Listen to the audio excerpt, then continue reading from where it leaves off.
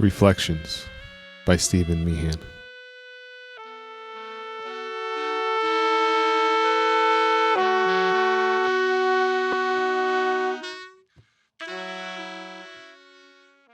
With a sigh, Lucious withdrew something from his pocket before rereading it. Come to the local museum. Tonight by 6, locate the trio of paintings featuring a mother and child, then settle on to the nearby couch. Lucious glanced at his watch as he ran his fingers through his hair, ignoring the bald spot. 15 minutes early. He crushed the note, pocketed it, and sat down in the middle of the little nook.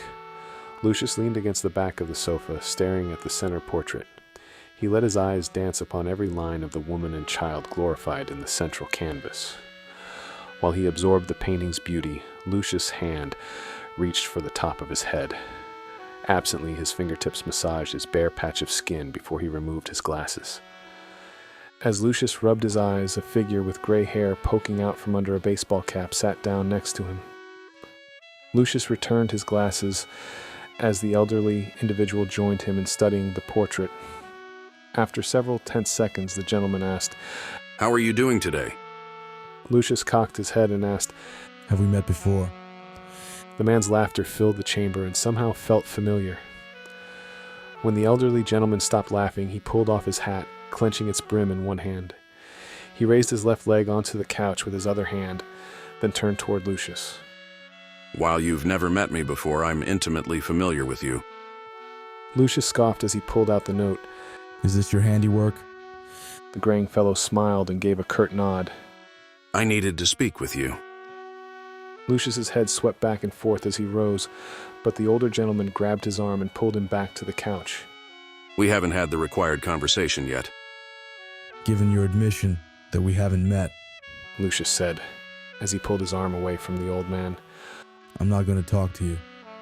The stranger flashed a sinister smile as his fingers tightened around Lucius's arm, pulling him closer while quieting his voice. "Do you remember a special night when you were 12? Lucius, struggling against the older man's grasp, asked. What? The graying fellow's smile intensified as he pulled him closer. You snuck into your parents' liquor cabinet to swipe a bottle." Lucius, wrenching free from the stranger's grasp, leaned in, his eyes smoldering with fury. Only my parents knew that. The old man's smile continued to spread, showing his teeth. "Of course, that's not the interesting part of the story." That's enough. It's impossible for you to be aware of those details. Who are you? The elderly individual wrung his cap as he turned to stare at the center mother and child. After reflecting upon the sight for several heartbeats, the stranger removed his glasses and used them as a pointer to emphasize the central canvas. "What ideas does this image evoke in you?" What? "Your first thoughts." The older man clarified. With a harumph, Lucius stalked to the portrait, stuffing his hands into his pockets.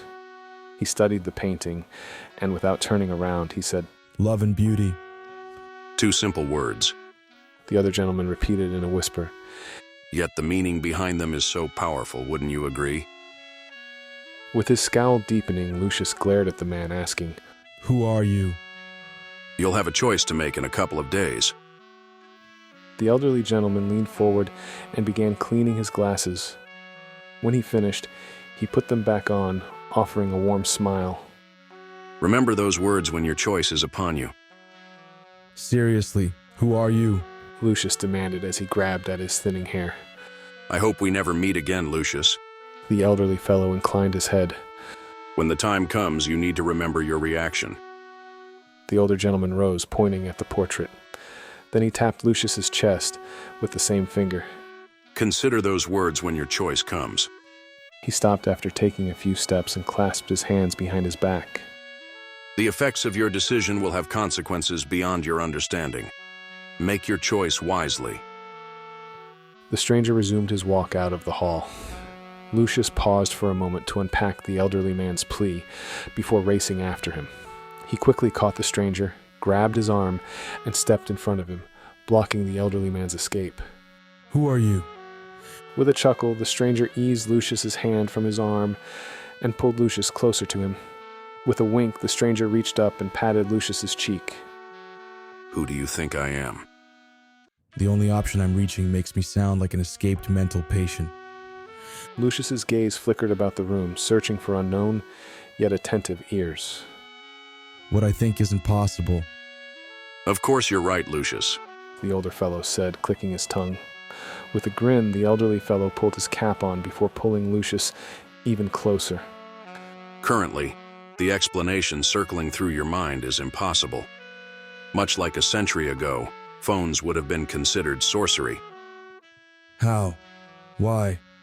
How? Lucious asked as he reached out with trembling fingers. Such thoughts won't assist your life. The older individual said, his swishing fingers serving as a barrier to Lucious's questions. As far as why, I'm here to make sure you tread the right path. The older gentleman pulled a device from his pocket. Remember those first thoughts. The stranger released Lucious and ambled into a thick patch of shadows. With a fatherly grin, he turned around and gave Lucious a smile as he waved goodbye. In response to the wave, Lucious said, Thanks, future me. Goodbye, Lucious, he said, pressing a button. Between moments, the shadows swallowed Lucious's older self. Despite the scoff echoing in the hallway, Lucious grinned as he headed toward the exit, walking as if an enormous weight had been lifted from his shoulders. It's not often I can thank myself for sound advice.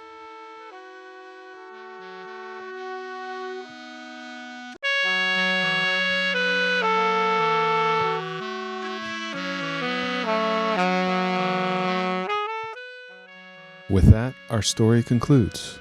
I hope you've enjoyed today's reprieve from your daily grind.